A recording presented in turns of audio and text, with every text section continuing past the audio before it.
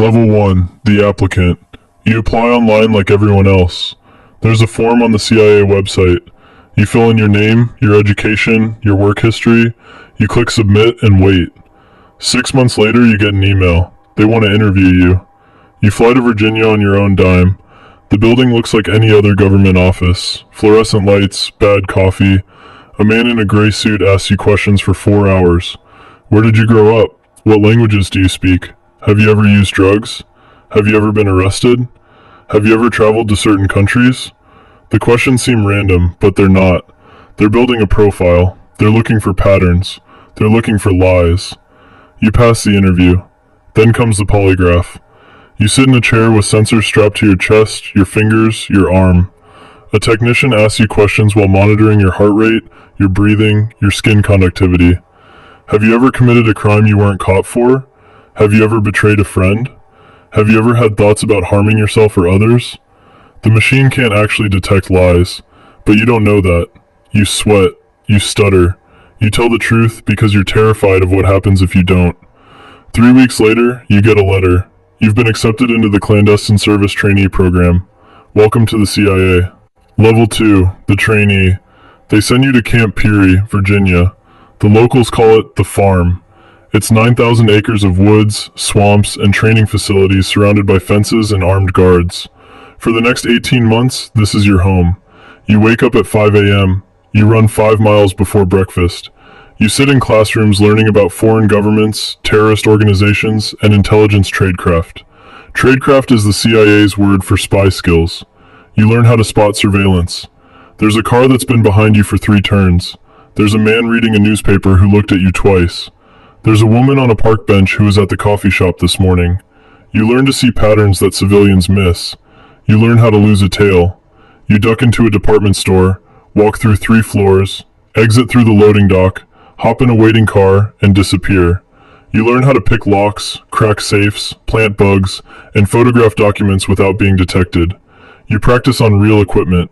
The safes come from embassies. The locks come from government buildings. You learn how to recruit assets, which is their word for convincing people to betray their countries. You study psychology, manipulation, persuasion. You learn the 4 motivations: money, ideology, coercion, and ego. Everyone fits into one of these categories. Your job is to figure out which one and exploit it. You run practice operations in nearby cities: Richmond, Norfolk, Washington. Your instructors play the role of foreign intelligence officers trying to catch you. If they catch you, you fail. If you fail too many times, you're out. The washout rate is 40%. Some people crack under the pressure. Some people can't handle the deception. Some people are too moral for this work. The people who make it aren't necessarily the smartest or the strongest. They're the ones who can think on their feet. They're the ones who can lie convincingly to anyone, including themselves. They're the ones who can compartmentalize, who can do terrible things and then go home and eat dinner with their families like nothing happened. You graduate in the top 15% of your class. They give you a badge and a cover identity. You are now a CIA operations officer. Your real career is about to begin. Level 3, the case officer. Your first posting is an embassy in Eastern Europe, a former Soviet bloc country still figuring out whether it's going to be an ally or an adversary. Officially, you're a political attaché. Your name is on a diplomatic list. You have an office in the embassy. You attend diplomatic functions in uncomfortable suits, making small talk with people you're secretly evaluating as potential targets. You shake hands with local officials and remember everything they say. You write reports about economic conditions and political developments that go into classified cables back to Washington. Unofficially, you're a spy. Your real job is to recruit assets. An asset is anyone who has access to information you want. A government official who attends cabinet meetings. A military officer who knows troop deployments. A scientist working on weapons programs. A businessman who travels to places Americans can't go. A secretary who handles classified documents. Anyone with access is a potential target. You identify targets. You study their habits, their weaknesses, their vulnerabilities. Does he have money problems? Does she have a sick child who needs expensive treatment? Is he ideologically sympathetic to American values? Is she angry at her government for some personal slight? Everyone has a pressure point. Your job is to find it and press it. Your first recruitment takes 8 months. He's a mid-level bureaucrat in the foreign ministry. He has access to diplomatic cables. He has gambling debts. You approach him at a casino. You buy him drinks. You become his friend. You loan him money to cover his losses. Then you loan him more. Then more. By the time he realizes what's happening, he owes you $50,000. You don't ask him to betray his country. You ask him to share some documents. Just a few. Nothing important. Just enough to pay off his debt. He agrees. He has no choice. You now have an asset inside the foreign ministry. You file a report. Your supervisors are pleased. Level 4, the knock. Most CIA officers work under official cover. They're diplomats or military attachés or trade representatives. They have badges. They have offices in the embassy. If they get caught doing something they shouldn't, they have diplomatic immunity. They get expelled from the country. It's embarrassing, but not dangerous. Their families are safe. Their careers continue. You're offered something different. Non-official cover. Knock. Pronounced knock. It's the most dangerous job in the intelligence community. You won't have diplomatic protection. You won't have an embassy to run to. You won't have a badge or a government ID or anything connecting you to the United States government. If you get caught, you're on your own. The CIA will deny you exist. The State Department will deny you exist. The President will deny you exist. You'll be prosecuted under local laws. In some countries, that means prison. In others, it means torture. In others, it means a bullet in the back of the head and an unmarked grave. The pay is better. The mission is more important. The risks are astronomical. You say yes. They build you a legend. That's their word for a fake identity. You're now a businessman. You work for a consulting firm that doesn't actually do any consulting. It's a CIA front company with real offices, real employees, and real clients. None of them know who you really are. You travel to countries where America officially has no intelligence presence. You meet people the embassy can't meet. You recruit assets the diplomatic service could never approach. You live your cover 24 hours a day. Your neighbors think you're a management consultant. Your girlfriend thinks you travel for work. Your parents think you quit the government years ago. The only people who know the truth are your handlers back at Langley. You haven't seen them in person in 2 years. All communication goes through dead drops and encrypted messages. You are completely alone. Level 5, the Paramilitary Officer. They pull you out of knock work after your cover is almost blown in Beirut. A local intelligence service got suspicious. They started following you. They photographed you meeting with an asset. You spotted the surveillance and aborted, but it was close. Too close. You're not burned, but you're compromised. You can never go back to that region. They offer you a new path. The Special Activities Division, SAD. This is the CIA's paramilitary arm. These aren't spies who occasionally carry guns. These are soldiers who occasionally gather intelligence. The most elite unit within SAD is the Special Operations Group, or SOG. These are the people who go where the military can't go. They do the jobs that are too sensitive, too deniable, too illegal for official armed forces. You go through another round of training. This time it's not lockpicking and surveillance detection. It's 6 months of the most intense military training on the planet. Small unit tactics, close quarters combat, explosives and demolitions, advanced weapons training with every firearm made in the last 50 years, high-altitude parachute operations, combat diving, survival, evasion, resistance, and escape. Most of your instructors are former Delta Force or SEAL Team 6, the best of the best, now working for the agency. They don't care about your recruitment skills. They care about whether you can kick down a door and clear a room without getting your team killed. Your first mission is in Afghanistan. You're part of a team hunting high-value targets, Al-Qaeda leadership, Taliban commanders, bomb makers who have killed American soldiers. You spend 3 months living in a mud compound in the mountains, eating local food, growing a beard, wearing local clothes. You work with Afghan militia fighters who may or may not be trustworthy. Some of them fought with the Mujahideen against the Soviets. Some of them fought with the Taliban before switching sides. Loyalties are fluid. Money talks. You never know who might betray you for a bigger payout from the other side. You call in drone strikes on compounds where terrorists are hiding. You watch through binoculars as Hellfire missiles turn buildings into craters. Sometimes the intelligence is good. The target is there.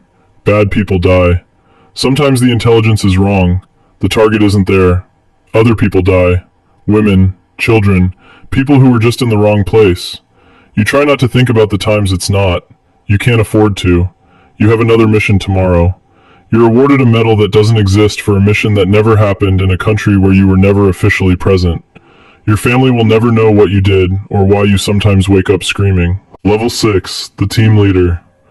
After 5 years inside, you're promoted to team leader. You run your own unit now. 8 operators. 4 paramilitary officers like yourself. Career CIA. 4 contractors who used to be special operations forces. They make 3 times your salary, but you make the decisions. You're responsible for the mission. You're responsible for their lives. Your team is deployed to Libya during the civil war. Gaddafi is falling. The country is chaos. Militias are fighting each other in the streets. Weapons depots are being looted. Your mission is to locate and secure chemical weapons before they fall into the wrong hands. The wrong hands could be Al-Qaeda, could be ISIS, could be any of a dozen groups that would love to have mustard gas or sarin. You spend 6 weeks in Tripoli while the city burns around you.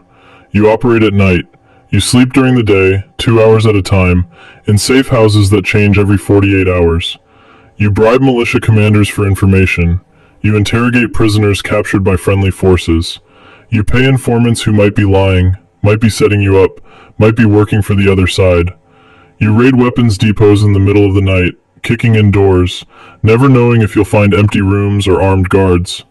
You find 3 caches of mustard gas that the official report said didn't exist. 15 tons of chemical weapons that could have killed hundreds of thousands of people. You destroy them in place because there's no safe way to transport them. You rig explosives and incinerate everything. On your last night in country, your convoy is ambushed. 1 of your men is killed, 2 are wounded. You carry one of them half a mile to the extraction point while bullets snap past your head. The helicopter arrives, you get out. The mission is classified as a success. You write letters to the families of the dead and wounded. The letters are lies. You can't tell them what really happened. You can't tell anyone. Level 7, the station chief. You've been in the field for 15 years. Your body is breaking down. Old injuries that never healed right. A shoulder that dislocates if you move it wrong from that fall in Afghanistan. Knees that ache every morning from too many parachute landings. Ringing in your ears that never goes away from too many explosions. You're 42 years old and you feel 60. The doctors tell you that you can't do field work anymore. Too many concussions, too much damage. They offer you a desk job, but not just any desk job. Chief of Station, COS. You're now the senior CIA officer in an entire country. This is one of the most powerful positions in the intelligence community. Every operation, every asset, every piece of intelligence flows through you. You manage 40 officers, case officers, reports officers, technical specialists, security personnel. You manage hundreds of local assets, agents who report to your officers, informants who provide tips, access agents who can get into places you can't. You meet with the ambassador every morning to coordinate with the diplomatic mission. You meet with local intelligence services to maintain liaison relationships. Some of them are allies. Some of them are adversaries pretending to be allies. Some of them are assets you recruited years ago who are now running their own services. The politics are exhausting. Washington wants results. The embassy wants to avoid incidents. The local government wants to know why Americans keep showing up in places they shouldn't be. You balance all of it. You approve operations that could start international incidents if they go wrong. You kill operations that could produce valuable intelligence but carry too much risk. Every decision is a gamble. Every success is classified. Every failure ends up on the front page of the New York Times. You sleep 4 hours a night. You haven't taken a vacation in 3 years. Your marriage ended during your second tour in the Middle East. Your kids are grown now. They don't really know you. They know the cover story. They know the person you pretend to be. Level 8, the Black Site Commander. They need someone to run a facility that doesn't exist. A black site. It's in a country that will deny it's there. The host government has been paid off. The local security services provide perimeter protection and ask no questions. The facility itself is unremarkable. A warehouse, a former factory, an abandoned military base. Inside there are cells. There are interrogation rooms. There are medical facilities to keep the prisoners alive. The prisoners are high-value detainees, terrorist leaders, bomb makers, financiers, couriers who know where the networks operate. They were captured in raids across a dozen countries. They were never formally arrested. They never appeared before a judge. They have no lawyers. They have no rights. They have no official existence. As far as the world knows, they vanished. Your job is to extract intelligence from them. The techniques you use are classified. Enhanced interrogation, that's the official term. Sleep deprivation, stress positions, temperature manipulation, waterboarding. Some of these techniques were legal when you started using them. Some of them were made legal retroactively by Justice Department memos. Some of them are still being debated by lawyers in Washington who have never been in a room with someone who knows where the next attack is coming from. You tell yourself it's necessary. You tell yourself the information saves lives. You tell yourself the people in those cells would kill millions of Americans if they had the chance. Some nights you believe it. Some nights you lie awake staring at the ceiling, wondering if you're still one of the good guys. You run the facility for 2 years. When you leave, they give you a commendation that will never appear in any record.